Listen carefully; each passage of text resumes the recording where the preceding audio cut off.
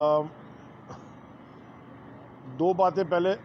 सबसे पहले ये कि बल्कि तीन बातें कि आज आपको पता है कि कोविड के बाद ये मेरी पहली पब्लिक कोई इंटरेक्शन है, या पहली दफ़ा मैं निकला हूँ अपने किसी भी डिपार्टमेंट के पास। तो मैं सिर्फ ये बताना चाहता हूँ कि अल्लाह ताला आपको बचा के रखे सबको। दो तीन चीज़ें मेरे तजुर्बे से सीख लें। नंबर वन, मास्क पहन के रखें। अभी मैं प्रेस कॉन्फ्रेंस में और साइड में है दोनों तो उतारा हुआ है, लेकिन मास्क ज़रूर पहने, ये आपकी प्रोटेक्शन है। तो जब आप करीब हो, ख़ास तौर पे क्लोज इन्वायरमेंट में हो, बंद कमरे में हो, मास्क ज़रूर पहने। जिनको कोविड अगर हो जाए तो बिल्कुल जैसे प्राइम मिनिस्टर साहब ने कहा था, घबराना नहीं, आधी बैटल दिमाग से है। और अगर आप पॉजिटिव थिंकिंग रखेंगे तो ये चैलेंज है, ये निकल जाता है इससे आदमी। दूसरी बात कि माजरत के आप लोगों को थोड़ा इंतज़ार करना पड़ा। रिजवान साहब जो अभी कोफा के बोर्ड के चेयरमैन लगे हैं, और कमांडर साहब जो एमडी हैं, उन्होंने प्रेजेंटेशन बनाई और काफ़ी लंबी थी। मुझे बड़ी खुशी है कि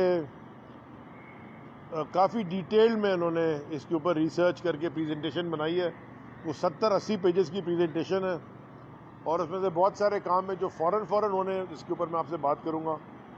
और कुछ काम है जो ऑलरेडी जो हो रहे हैं, जिसके ऊपर हमने काम शुरू कर दिया है, और कुछ ऐसे जो आगे अगर हो तो पाकिस्तान के लिए और ख़ास तौर पे यहाँ माहीगीर तबके के लिए और ओवरऑल पाकिस्तान के लिए, एक्सपोर्ट के लिए बहुत बड़ा इधर से काम हो सकता है।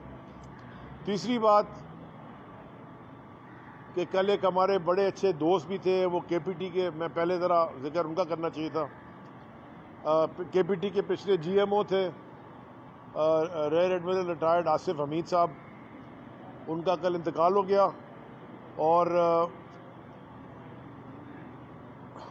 मेरा थोड़ा सा इनसे इंटरेक्शन था, और मैं ख़ास तौर पे उनका जिक्र इसलिए करना चाहता हूँ कि जो भी मेरा उनके साथ 8-9 महीने का इंटरेक्शन रहा, जब मैं वज़ीर बना था उस वक्त वो जीएमओ थे, तो वो अगर ऐसे इस किस्म के ऑफिसर्स पाकिस्तान नेवी के पास मौजूद हैं, और जो कि हैं, तो मैं ये बताना चाहता हूँ कि आपकी जो कोस्ट लाइन है ना, वो बड़ी ज़बरदस्त तरीके से डिफेंड हो जाएगी। आपको फ़िक्र करने की ज़रूरत नहीं, क्योंकि वो एक बड़ा अच्छा, डेडिकेटेड, ईमानदार और बड़ा डूअर प्रोफेशनल ऑफिसर था।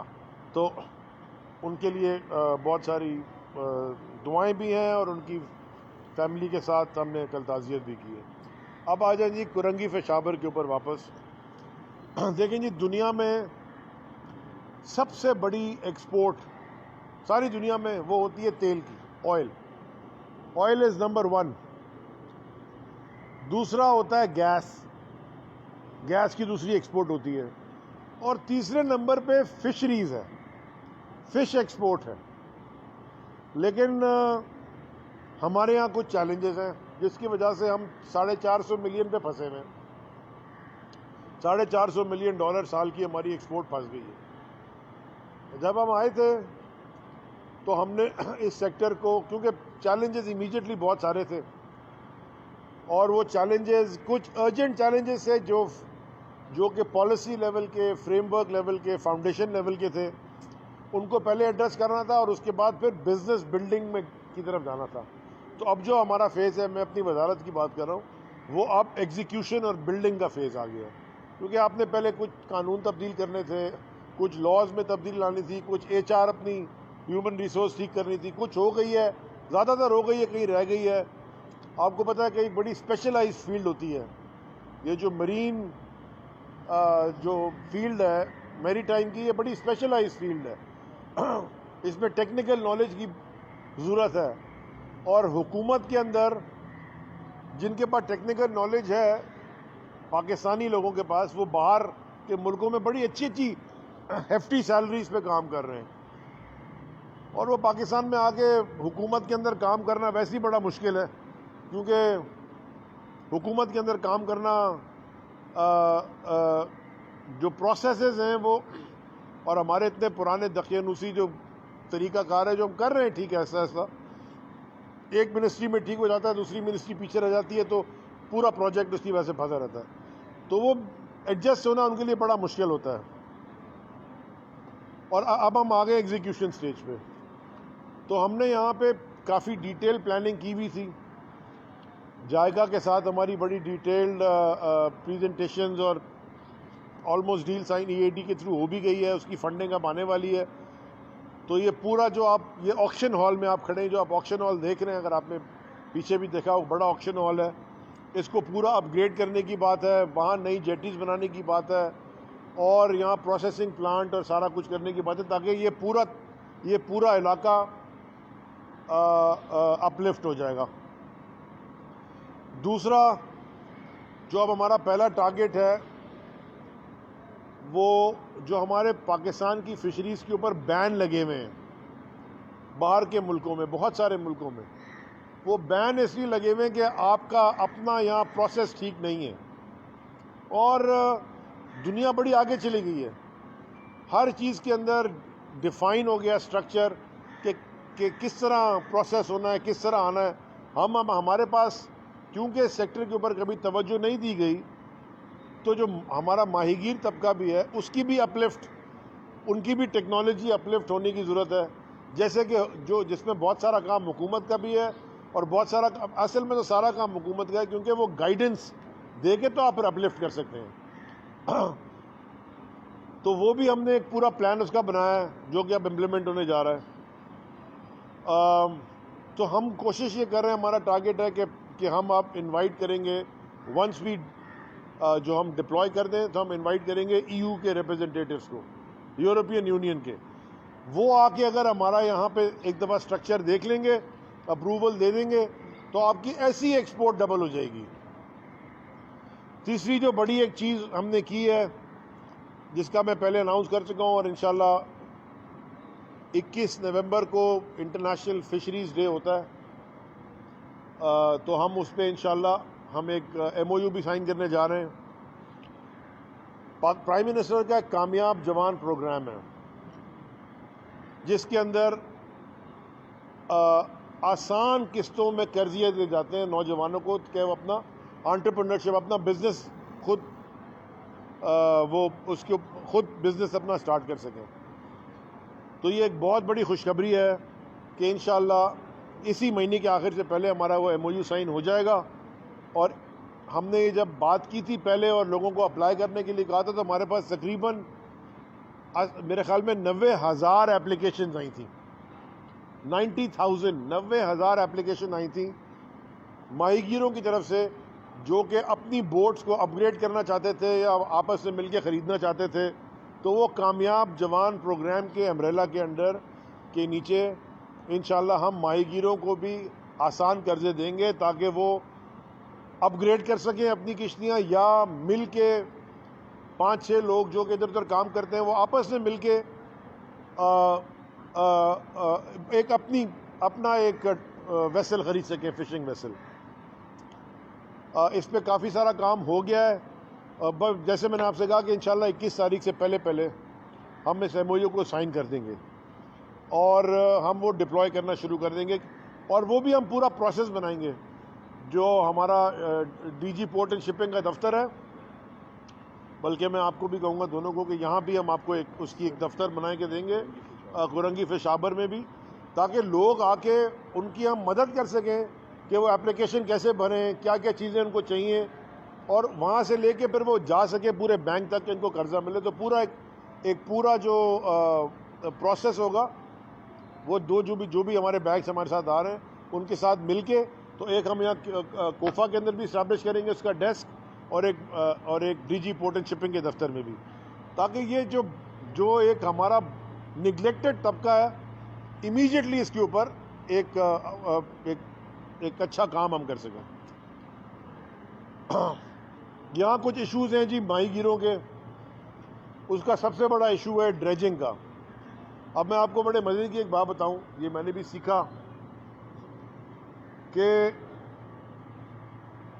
जो करप्शन में D नहीं होता, लेकिन एक बड़ी मज़े की चीज़ सीखी कि वो जो इलीगल पैसा कमाने के जो 3 बड़े डी होते हैं ना दुनिया में, उसमें एक डी से शुरू होता है ड्रग ट्रेड। वो जो ड्रग्स में लोग पकड़े जाते हैं ना, उसमें बड़े जल्दी पैसे कमा लेते हैं। अगर कोई बच गया तो देखा आपने, 1 महीने में अरबपति बन गया जी, उसकी कोई शिपमेंट निकल गई। Drug for drugs. दूसरा होता है डायमंड स्मगलिंग, जो हीरे की स्मगलिंग करते हैं, वो भी डी होता है डायमंड का।